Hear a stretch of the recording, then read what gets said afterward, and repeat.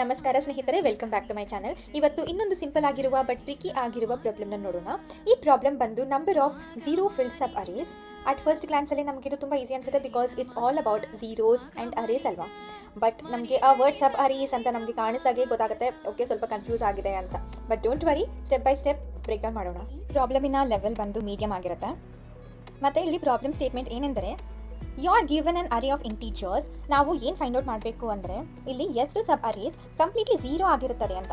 ಇಲ್ಲಿ ಇಂಪಾರ್ಟೆಂಟ್ ಏನೆಂದರೆ, ಸಬ್ ಅರೇ ಅಂದರೆ ಕಂಟಿಗ್ಯೂಯಸ್ ಎಲಿಮೆಂಟ್ಸ್, ಅಂದರೆ ಸೈಡ್ ಬೈ ಸೈಡ್ ಇರೋ ಸೀಕ್ವೆನ್ಸ್ ಮಾತ್ರ ವ್ಯಾಲಿಡ್ ಆಗಿರುತ್ತೆ. ಸೊ ನಮ್ಮ ಎಕ್ಸಾಂಪಲ್ನ ಫಾರ್ ಎಕ್ಸಾಂಪಲ್ ನಾವು ಏನು ತೊಗೊಂಡಿದ್ದೀವಿ, ನಂಬರ್ಸ್ ಇಸ್ ಈಕ್ವಲ್ ಟು 0 0 1 0 ಅಲ್ವಾ. ಸೊ ಇಲ್ಲಿ ನಮಗೆ ಮೊದಲ ಎರಡು ಝೀರೋಸ್ ಬಂದರೆ, ಮೊದಲ ಎರಡು ಝೀರೋಸ್ಗೆ sub arrays is equal to x 0 0 and 0, 0. And ಇಲ್ಲಿ ನಮಗೆ ಇಂಪಾರ್ಟೆಂಟ್ ಆಗಿರೋದು ಏನಂದರೆ, ಹಿಯರ್ ಇಟ್ ಇಸ್ ಟೋಟಲ್ 3. ಅದೇ ಕೊನೆಯಲ್ಲಿ ಬಂದಿರುವ ಸಿಂಗಲ್ ಝೀರೋದು sub array is equal to x 0. So total it is 1.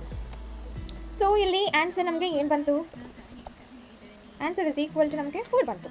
ನಮ್ಮ ಯೋಚನೆ ಹೇಗಿದೆ ಅಂದರೆ, ಒಂದು ಝೀರೋ ಸಿಕ್ಕಾಗ ಅದು ಒಂದು ಸಬ್ ಅರೇ ಸ್ಟಾರ್ಟ್ ಆಗಬಹುದು. ಕಾನ್ಸಿಕ್ಯೂಟಿವ್ ಝೀರೋಸ್ ಬಂದರೆ ಕೌಂಟ್ ಹೆಚ್ಚುತ್ತದೆ. ನಾನಿಲ್ಲಿ ಫಾರ್ ಎಕ್ಸಾಂಪಲ್ ನಾನು ತೋರಿಸಿದ್ನಲ್ಲ, ಸೊ ಅದೇ ಥರ ನೋಡಿ, ಫಸ್ಟ್ ಝೀರೋಗೆ 1 ಸಬ್ ಅರೇ ಆಗುತ್ತೆ. ಅದೇ 2 ಝೀರೋಸ್ಗೆ ನಮಗೆ 3 ಸಬ್ ಅರೇಸ್ ಆಗುತ್ತೆ. ಯಾವ್ದು ಇಟ್ ಇಸ್ 0 0 0, 0.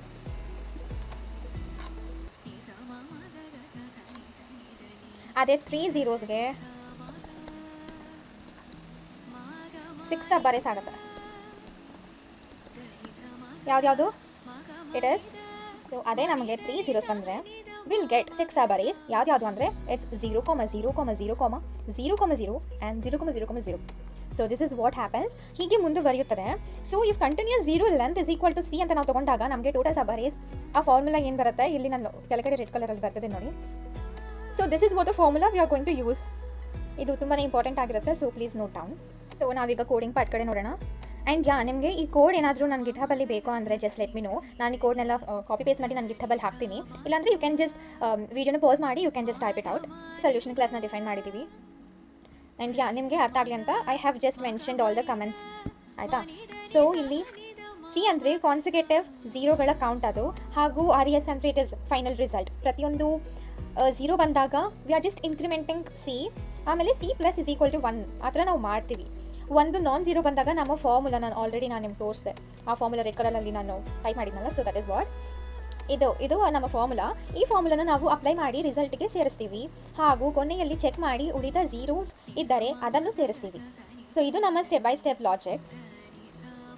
ಹಾಗೂ ಇಲ್ಲಿ ಕೌಂಟ್ ರೀಸೆಟ್ ಮಾಡೋದು, ಈಚ್ ಆ್ಯಂಡ್ ಎವ್ರಿಥಿಂಗ್ ನಾನಿಲ್ಲಿ ನೀಟಾಗೆ ಫಾರ್ಮುಲಾ ಕೂಡ ಮಾಡಿದ್ದೀನಿ. Each and everything I have written in the comments. ಮತ್ತು ಲೂಪ್ ಮುಗಿದ ಮೇಲೆ ಇನ್ನೂ ಝೀರೋಸ್ ಇದ್ದರೆ ಅದನ್ನು ಆ್ಯಡ್ ಮಾಡುವುದು ಇದು, ಆಯಿತಾ. ಸೊ ನಾವೀಗ ಇದನ್ನು ರನ್ ಮಾಡಿ ನೋಡೋಣ ವಾಟ್ ಹ್ಯಾಪನ್ಸ್.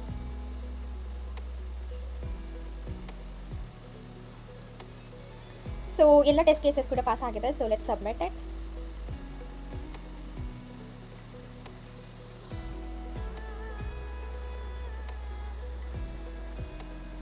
ಹಾಗೂ ಇಲ್ಲಿ ಕಾಂಪ್ಲೆಕ್ಸಿಟಿ ಬಂದರೆ ನೋಡಿ, ಕಲರ್ ಚೇಂಜ್ ಮಾಡಿ.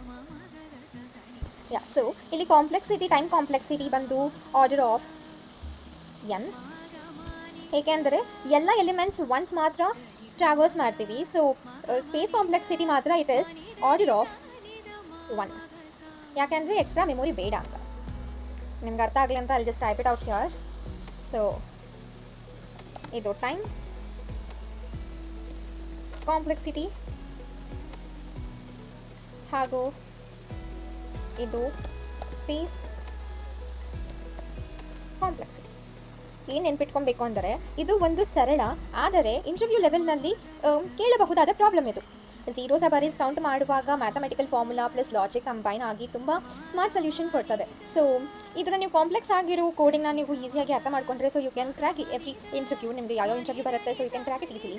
ಸೊ ಬೆಟರ್ ಎವ್ರಿ ಡೇ ನೀವು ಈ ಥರ ಕೋಡಿಂಗ್ ಅದನ್ನೆಲ್ಲ ಪ್ರಾಕ್ಟೀಸ್ ಮಾಡ್ತೀರಿ. ವಿಡಿಯೋ ಕಂಪ್ಲೀಟ್ ಆಗಿ ನೋಡಿ ಹಾಗೂ ನಿಮಗೆ ಇಷ್ಟವಾದರೆ ಲೈಕ್ ಮತ್ತು ಶೇರ್ ಹಾಗೂ ಸಬ್ಸ್ಕ್ರೈಬ್ ಮಾಡುವುದನ್ನು ಮರಿಬೇಡಿ. ಧನ್ಯವಾದಗಳು.